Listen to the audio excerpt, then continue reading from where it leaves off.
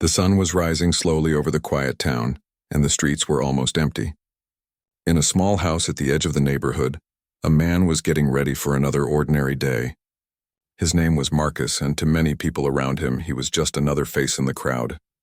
They knew he kept to himself, worked odd jobs here and there, and walked with a strong, steady posture that seemed almost too perfect for a civilian. What they did not know was that Marcus had once been a Marine sniper, trained to see things from far away that most eyes could not catch. He had been in deserts, mountains, and villages far from home. He had seen the heat of battle and the cold silence after it. Marcus was not an old man, though his eyes looked older than his years. He had grown up in a crowded city block where trouble was common. Many of his friends had fallen into bad paths, but Marcus had decided early that he wanted a way out. He believed discipline could change his life, so when he was just out of high school, he joined the Marines. His skill with focus and patience made him stand out, and soon he was trained as a sniper. Serving his country gave him pride, but it also left marks on his spirit. He had been to Iraq twice and Afghanistan once. There, he had been part of missions nobody would ever read in the newspaper.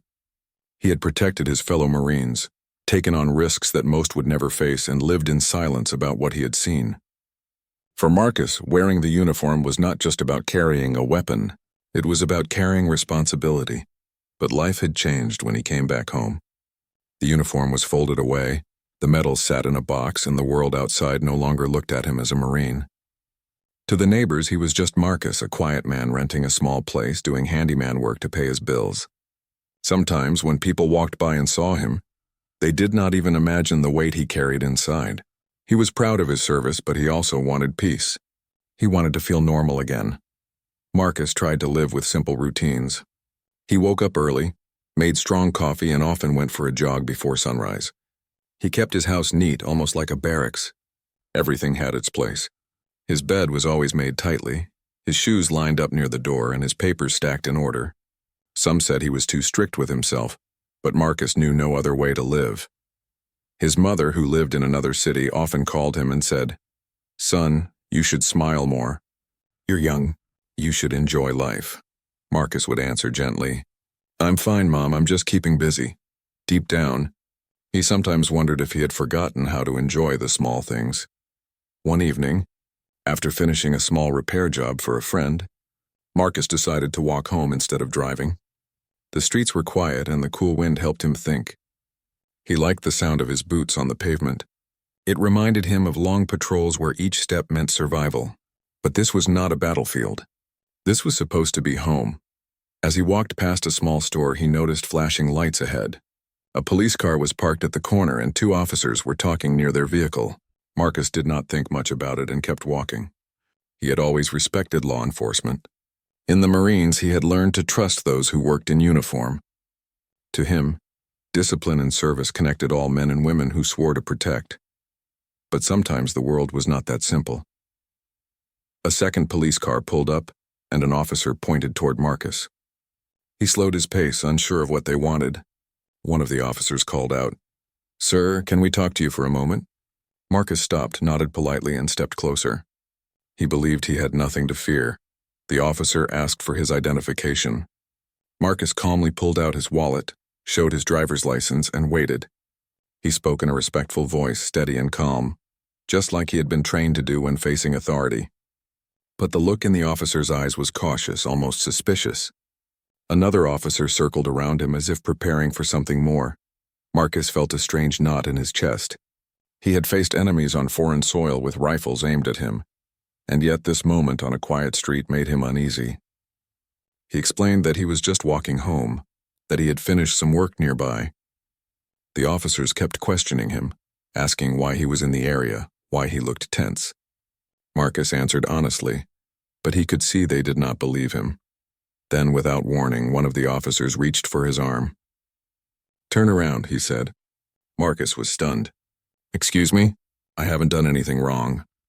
His voice was still calm, but confusion filled his face. Before he could explain further, cold metal cuffs clicked around his wrists. The sound of the handcuffs echoed louder in his mind than the crack of rifles he once heard overseas. People nearby began to watch. Some whispered. To them it looked like another man being arrested. They did not know he was a decorated Marine sniper who had risked his life so they could live freely. Marcus stood still, refusing to struggle. He had always believed dignity was stronger than anger. But inside he felt something break. This was his home, the country he had defended, and here he was, treated like a suspect.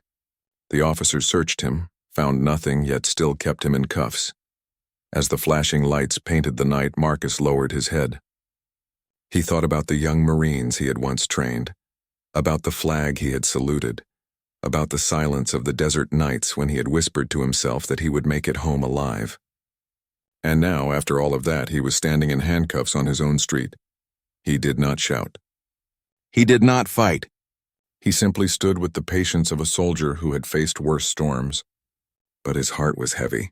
Somewhere deep inside, he asked himself a question he never thought he would. What was all the sacrifice for if this is how I am seen? The officers put him in the car, still saying little. Neighbors stood frozen, unsure whether to believe what they saw. Some felt pity, some felt fear, but no one stepped forward. Marcus looked out of the window at the quiet houses as the car pulled away, and he wondered how quickly respect could vanish, how quickly a man could go from hero to suspect in the eyes of strangers. He did not know what would happen next, but he knew one thing for sure. This moment would change everything. The car rolled through the dark streets with Marcus sitting silently in the back seat. His wrists ached from the tightness of the cuffs, but he did not complain. He stared at the glowing streetlights flashing by the window, each one reminding him of something he had left behind overseas. Every bump of the car reminded him that this was not a battlefield, and yet somehow it felt just as heavy. He could not understand how quickly things had turned. Just minutes ago, he was walking home after a long day of work. Now he was sitting in the back of a police car, treated as though he was a man to be feared. The officers in the front kept their voices low, talking on the radio and giving short updates. Marcus could not hear everything they said, but he caught a few words. Suspicious, detained, possible threat. His chest tightened. He wanted to laugh, but there was nothing funny about it. Suspicious, a threat? He had carried a rifle in deserts far from here to protect strangers he would never meet. He had laid in the dirt for hours, steady and unshaken, just to make sure his fellow Marines could walk safely. And now the land he fought for looked at him with doubt in its eyes. When the car stopped outside the small precinct, Marcus felt a sudden wave of shame. Not because he had done anything wrong, but because he could already imagine what this looked like to others. A crowd had gathered back at the corner where they stopped him. People with phones had recorded him being cuffed. By tomorrow, maybe his image would be floating on the internet, his face labeled as something it was not. He had always carried himself with honor. Now he felt stripped of it in the blink of an eye. They walked him inside, past the front desk and into a holding room. The air smelled of coffee and paper, mixed with the faint metallic odor of the cuffs. The room was small, with white walls and a single bench. Marcus sat down quietly, the cuffs still on his wrists. An officer filled out paperwork, glancing at him now and then, as if waiting for him to lose his calm. But Marcus did not. His eyes were steady, his back straight, his breathing slow. Discipline had been his armor since he was a young Marine. One officer finally spoke to him directly. "Why were you walking in that area tonight?" Marcus looked at him, his voice even, his tone polite. "I was walking home after finishing some work. That's all." The officer wrote something down, not even looking him in the eye. Another officer entered the room and whispered something. Both of them left, leaving Marcus alone. Minutes felt like hours. In that silence, Marcus's thoughts began to drift. He remembered his first deployment overseas. He was 19 years old, scared but determined. He had been sent on long missions in rough terrain, learning patience in ways no civilian could imagine. He had earned respect not because of who he was, but because of how he carried himself under fire. His commanders had trusted him. His fellow Marines had relied on him, and together they had survived what many thought impossible. And yet here, in this quiet room, his service meant nothing. To the officers, he was just another man with dark skin walking in the wrong place at the wrong time. The weight of that truth pressed on him harder than any rucksack he had ever carried. After what felt like forever, an officer came back with a folder of papers. He said Marcus matched the description of someone they were looking for. Marcus lifted his eyes calmly. "I already told you who I am. My wallet has my license. Run my name. You'll see my record. I've done nothing wrong." His voice did not shake. He wanted to scream, but he would not give them the satisfaction. Marines did not scream. They stood their ground. The officer frowned and left again. Marcus sat there staring at the blank wall. He knew that once his name was searched properly, his history would appear. His enlistment, his service years, his medals. But would that matter? He wondered. Would they even care? He had seen too many times how quickly judgment could be made just by looking at someone's face. Hours later, Marcus was finally moved to a larger room, where a desk and chairs waited. A lawyer appointed to him arrived, a young man with sharp glasses and nervous hands. He looked at Marcus with a mix of respect and confusion. "I read some of your record," the lawyer said quietly. "You're a decorated Marine sniper?" Marcus nodded. "Yes," the lawyer shook his head. "This is unbelievable.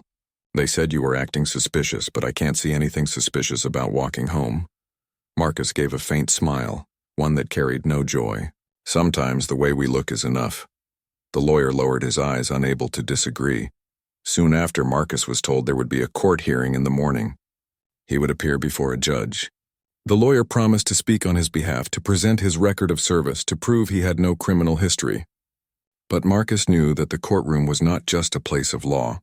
It was also a place of perception. And perception, he had learned, was not always fair. That night in the small holding cell, Marcus lay on the hard bench, staring at the ceiling. He thought about his mother, who would be worried if she heard. He thought about the young Marines he had trained, who had looked up to him as a model of strength and calm. What would they think if they saw him now? Would they believe that even a man with years of honorable service could be brought down so quickly by misunderstanding and prejudice? Sleep did not come easily. Memories of patrols and missions mixed with the cold reality of the present. He remembered lying still in the sand, controlling his breath, waiting for hours just to make one shot that would save his brothers. He had never once lost patience there. He would not lose patience now. But this test was different. On the battlefield, he knew who the enemy was. Here, he could not even name the force that stood against him. The morning arrived with the clang of keys. The officers walked him out, placed the cuffs back on his wrists, and led him to a vehicle that would take him to the courthouse. Marcus walked with his head high, his shoulders straight, the same way he had walked when reporting for duty years ago. He would not let them see shame in his posture. Outside, the world was waking up. Commuters filled the streets, children walked to school, shopkeepers opened their doors. Marcus saw them all through the car window as they drove, and he wondered how many of them would ever know the truth, that the man in the cuffs had once carried the burden of their safety on his shoulders. When they reached the courthouse, cameras were already outside. Some reporters had caught word of the case, and flashes from their cameras lit up the steps as Marcus was escorted inside. The sight made his chest tighten. He had never sought attention, never wanted to be in the spotlight. All he had ever asked for was respect. But now respect was the one thing that seemed far away. Inside the courtroom, he sat at the defendant's table, the cuffs removed at last, but the weight of them still heavy in his mind. His lawyer whispered reassurance, but Marcus kept his eyes forward. He would not bow his head. He would face this with the same courage he had carried overseas. The judge entered, and the room quieted. Papers shuffled, voices hushed, and the proceedings began. But as Marcus listened to the first words spoken about him, about suspicion, about doubt, his heart sank. The people in that room did not see him as a Marine. They saw only the image of a man accused. And at that moment, Marcus understood something deeper than the sting of cuffs. He understood that battles were not always fought with rifles and uniforms. Some battles were fought with perception, with bias, with silence. This was his new battlefield, and he would have to fight it with patience, with truth, and with the strength of his own story. The courtroom was quiet, but Marcus felt the weight of every pair of eyes on him. The wooden benches behind him were filled with strangers, reporters, and a few people from his neighborhood who had come out of curiosity. The sound of the judge's gavel still echoed faintly in his mind. His lawyer sat beside him, flipping through papers nervously, whispering small reminders that he should remain calm, answer only when asked, and let the truth speak for itself. Marcus nodded but said little. He had lived through louder chaos than this, but there was something different about being judged not for what he had done, but for who people assumed he was. The prosecutor began to speak, describing Marcus as a man who appeared in the wrong place at the wrong time. acting suspicious.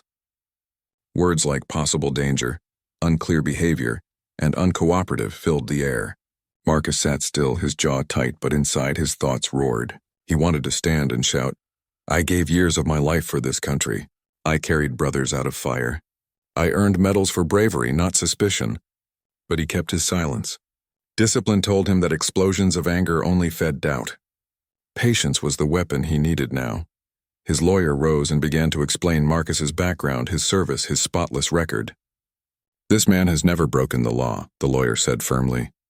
"He has protected the very freedoms we are standing on today. He has stood watch in deserts and mountains, facing real threats, not imagined ones. And today he is here because of a mistake that questions his dignity and his honor." The words hung in the air, and a few people in the back shifted uncomfortably. Marcus's eyes stayed forward. He remembered the faces of the Marines who had trusted him. He remembered the desert nights when he had kept his scope trained, eyes burning from lack of sleep, just to ensure no harm came to his unit. He remembered the weight of his rifle, the stillness of his breathing, the whisper of the wind in his ear. None of that was being spoken here. None of it seemed to matter to the people staring at him as if he were a stranger. The judge listened carefully, asking questions now and then. Marcus answered politely when spoken to, his voice calm, his words clear. "Yes, Your Honor, I was walking home. No, I did not resist. Yes, I identified myself." He never raised his tone, never showed anger. But deep down, he felt a sadness heavier than any pack he had carried. He had faced enemies on foreign soil with courage. Here he was facing doubt in his own homeland, and it hurt more than any bullet ever could. A witness was called, a woman who had been standing outside the store that night. She said she had seen Marcus handcuffed without resistance. She said he had been calm, polite, and respectful. Her voice shook as she admitted she didn't understand why he had been treated that way. Marcus turned his head slightly, meeting her eyes. He gave her a small nod, a silent thank you. It was rare, but it felt like someone had noticed the truth. Still, the room was divided. Some people leaned forward, listening with interest, while others crossed their arms, doubt written across their faces. Marcus could feel the judgment even when no words were spoken. He knew perception was a battlefield, and he was losing ground simply by being the man he was. During a short break, Marcus sat quietly in his seat, his hands resting on the table. His lawyer leaned closer. "We're doing okay," the lawyer said, though his voice lacked full confidence. "The judge seems fair. We just have to keep showing your character." Marcus nodded. "My character was proven long ago," he said softly, almost to himself. The lawyer didn't respond.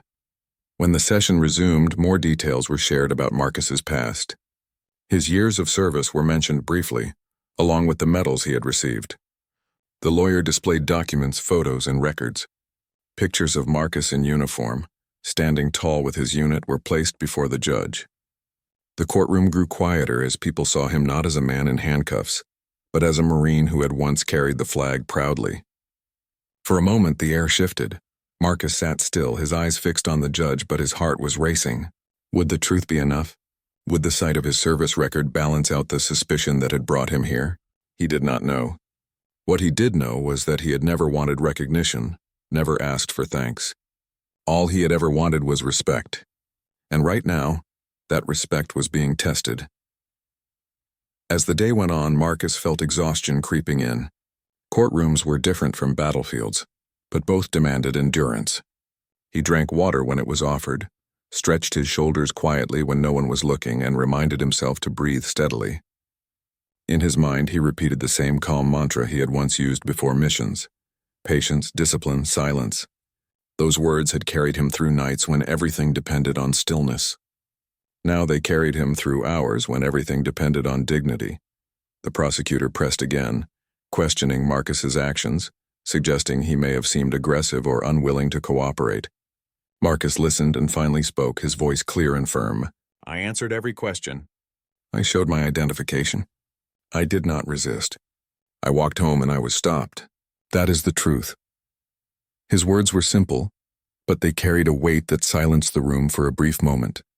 The judge watched him closely, studying not only his words but his manner.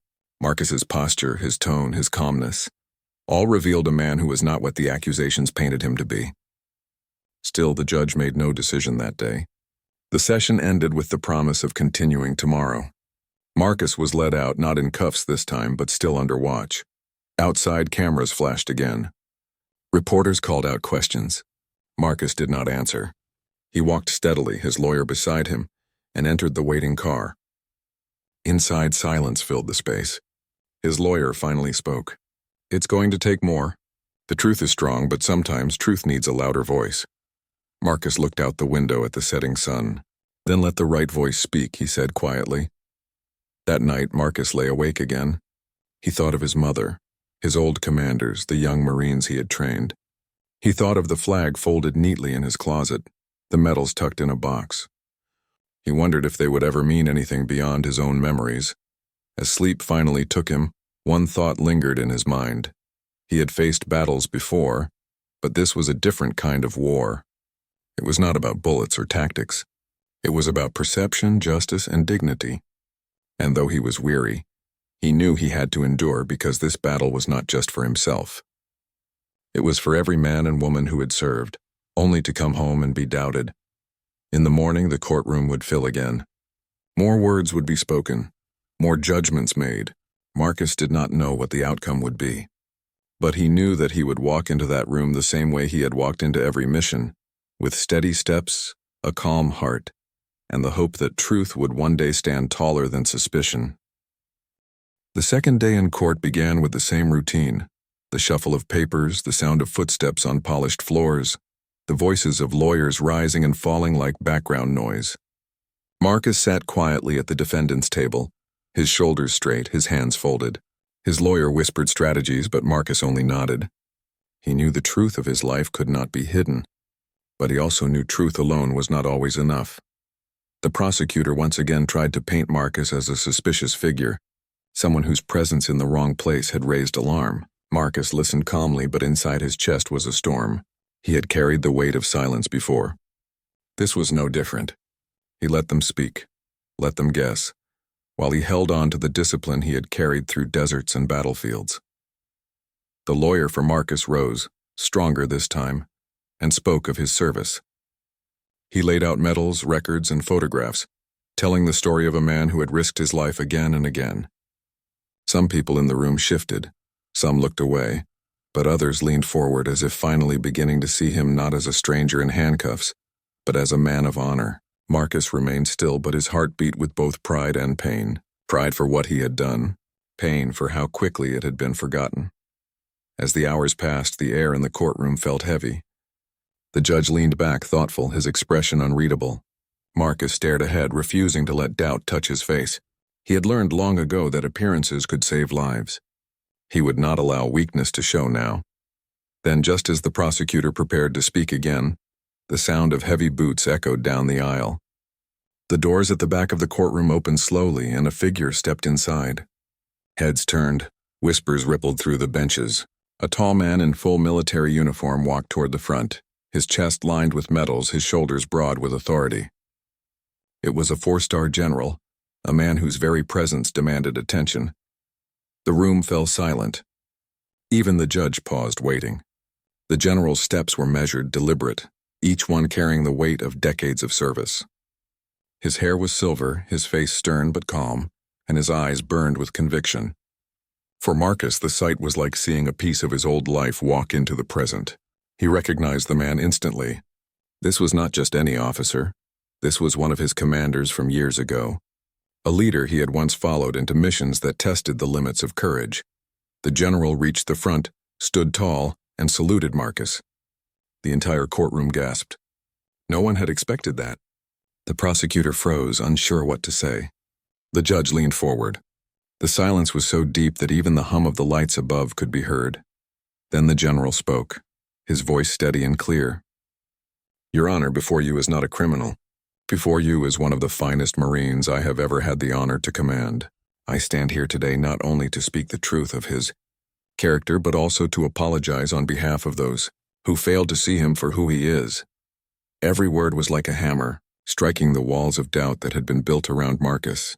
The general spoke of missions where Marcus had shown unshakable bravery, where he had saved fellow soldiers under fire, where his patience and skill had meant the difference between life and death. He told of how Marcus had carried injured men on his back through enemy fire, how he had never once faltered when asked to protect his brothers. "If there is anyone who deserves respect in this room," the general said firmly, "it is this man." Marcus sat still, but his throat tightened. He had never asked for praise. He had never asked for recognition. But to hear his commander stand before strangers and speak the truth of his life, it was a moment he had not expected, a moment he knew would stay with him forever. The judge listened with deep attention, his eyes narrowing as he absorbed every detail. The general turned to the prosecutor, his voice sharper now. "Do you understand who you are questioning? Do you understand the life this man has given for the freedoms you use so carelessly in this courtroom?" The prosecutor lowered his head, words caught in his throat. The general then faced Marcus directly. His stern expression softened slightly, and his voice carried something heavier than authority, something personal. "Marine," he said, "I am sorry. Sorry that you returned home to this. Sorry that instead of gratitude you were given suspicion. Sorry that your dignity was tested in this way." A tear threatened to form in Marcus's eye, but he held it back with the same discipline that had carried him through endless nights on foreign soil. He gave a small nod, his lips pressed together tightly. For the first time since this nightmare had begun, he felt seen. The general continued, "I speak not only as your commander, but as a man who owes his life to Marines like you. I ask this court to see the truth. This is not a man to be judged by suspicion. This is a man to be honored." The room was silent again, but it was a different silence now. Not the silence of doubt, but the silence of respect. People on the benches lowered their heads. Some wiped their eyes. Even the officers who had brought Marcus in shifted uneasily, realizing perhaps for the first time the mistake that had been made. The judge finally spoke, his voice measured. "General, your words will be taken seriously. This court thanks you for your testimony." The general gave a sharp nod, then stepped back, his presence still filling the room even in silence. Marcus's lawyer leaned closer, whispering, "This changes everything." But Marcus only stared ahead, his heart heavy but steady. He knew battles were never won in a single moment. Still, he also knew that this moment had shifted the ground beneath him. As the session closed for the day, Marcus stood slowly. The general walked to him and in front of everyone extended his hand. Marcus took it firmly. Then the general did something that left the room frozen in awe. He raised his hand in salute again, this time holding it longer, deeper, as if to tell the world that respect must be given where it is due. Marcus returned the salute, his hand steady, his face calm, though inside he felt a swell of emotion too large to name. For once, the weight of shame lifted from his shoulders, replaced by something he had almost forgotten: dignity, restored in the eyes of others. As the doors opened and people filed out, whispers filled the air.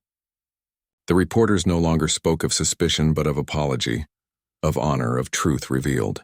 Marcus walked out of the courtroom not as a man accused, but as a Marine once again recognized. The night air outside was cool, and for the first time in days Marcus took a deep breath without feeling the sting of judgment. The general placed a hand on his shoulder and said quietly, "You are not alone, son. Remember that." Marcus nodded, words caught in his throat, and simply answered, "Yes, sir." That night, as he lay in bed, Marcus thought of everything that had happened. He thought of the silence of the courtroom, the sound of the general's voice, the salute that had carried more weight than any medal. He knew the battle was not yet over, that tomorrow would bring the final word. But he also knew something had already been won. The truth had spoken, and dignity had begun to rise again. The final day in court arrived with a heavy silence. People filled the benches early, their eyes eager to see how the case would end. Some came because they had heard about the decorated Marine being handcuffed unfairly. Others came because they had seen the 4-star general walk in the day before, and they wanted to witness the outcome for themselves. Reporters lined the hallway outside, their cameras ready, their pens poised to capture every word. Marcus entered quietly, escorted by officers, though this time there were no handcuffs. His walk was steady, his head held high, his posture unshaken. He carried himself the way he always had, as a Marine. The murmurs in the room grew faint as people watched him take his seat. His lawyer leaned closer and whispered, "Today will be the day. Be ready." Marcus only nodded. He had been ready his whole life. The judge entered, the gavel striking the desk. The sound was sharp, calling the room to attention. Papers shuffled, lawyers adjusted their suits, and the prosecutor prepared his notes. But something in the air felt different. The presence of the general the day before had shifted the weight of the entire case. It was no longer just about suspicion on a quiet street.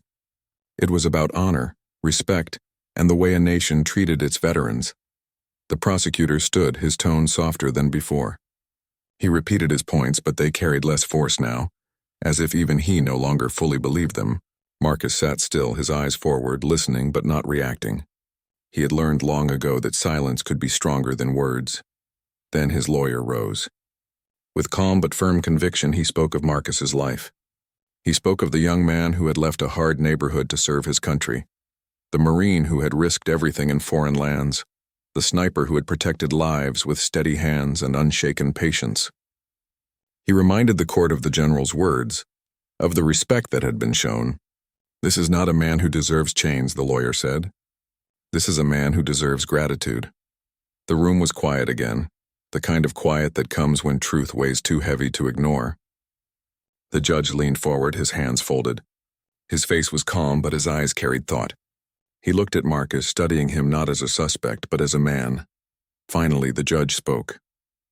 "Mr. Marcus," he said, "this court has listened to the arguments, heard the testimony, and reviewed your record. What happened to you on that night was not justice. It was a mistake. A man who has given so much to this country should not have been treated in such a manner. The charges against you are dismissed." The gavel struck, and the sound echoed through the room like thunder. For a moment, no one moved. Then whispers rose, some sighs of relief, some murmurs of agreement. Marcus sat still, his face calm, but inside he felt the weight lift from his shoulders. He had not cried in years, not even in the darkest nights of war, but now his chest felt heavy with emotion he could not name. The judge continued. "This court extends its respect and gratitude for your service. You leave here today with your dignity intact." The general, seated in the front row, stood tall. He walked forward and in front of everyone extended his hand once again. Marcus rose, their hands meeting firmly. Cameras flashed, but Marcus did not care. What mattered was the respect in that handshake, the truth in that gesture. The general's voice was low but clear enough for many to hear. "Marine, the nation owes you more than an apology. It owes you honor." Marcus looked at him, his eyes steady, and gave a small nod. "Thank you, sir." As they turned to leave, the crowd parted. Reporters shouted questions, but Marcus did not answer. He walked with quiet strength, the general beside him, and together they stepped out into the bright sunlight. For the first time in days, Marcus felt the air fill his lungs without bitterness. Outside the courthouse, his mother stood waiting. She had traveled through the night after hearing the news. When she saw him, she ran forward, her arms wrapping around him tightly. Marcus bent his head, closing his eyes, letting himself feel her embrace. "My boy," she whispered, her voice breaking. "I knew the truth would come out." Marcus held her gently, his voice soft. "It's over now, Mom." Reporters tried to push closer, but officers held them back. The general placed a hand on Marcus's shoulder once more. "Remember this day," he said. "Not for the pain, but for the truth that stood in the end." That night, Marcus sat alone in his small house. The medals still rested in their box, the flag still folded neatly on the shelf. He touched them gently, his fingers lingering on the fabric. He thought of the courtroom, the handcuffs, the shame, the doubt. And he thought of the general's salute, the judge's words, the dismissal of charges. He realized something important. Battles were not always fought with weapons. Sometimes they were fought with patience, with silence, with dignity. And though the scars of what had happened would remain, he also knew something deeper. His story had spoken for more than just himself. It had spoken for every veteran who had ever come home only to be forgotten or judged unfairly. The phone rang, and it was one of his old Marine brothers. "We saw the news, Marcus," the voice said warmly. "We're proud of you. You stood strong." Marcus smiled faintly. "I just did what we always did," he replied. Held the line. After the call, he sat by the window watching the night sky. The stars reminded him of long deployments, of nights when he had stared at the same sky from thousands of miles away, wondering if he would ever come home. Now he was home, but the battle had been different. Still he had endured. Still he had stood firm. In the days that followed, people in the neighborhood looked at him differently. Some offered quiet apologies, others nodded with respect. The shame he had once felt walking in handcuffs was replaced by a quiet pride that he carried not in arrogance, but in truth. He had survived yet another test, one he never expected, and he had walked through it with dignity. Marcus knew life would go on. He would still live quietly, still walk the streets with steady steps, still keep his home in order. But now when he looked at himself in the mirror, he did not see only a man forgotten. He saw a Marine who had faced both foreign enemies and unfair judgment at home, and who had endured both with courage, and deep inside, he knew one simple truth. Honor can be questioned, dignity can be tested, but character will always rise again.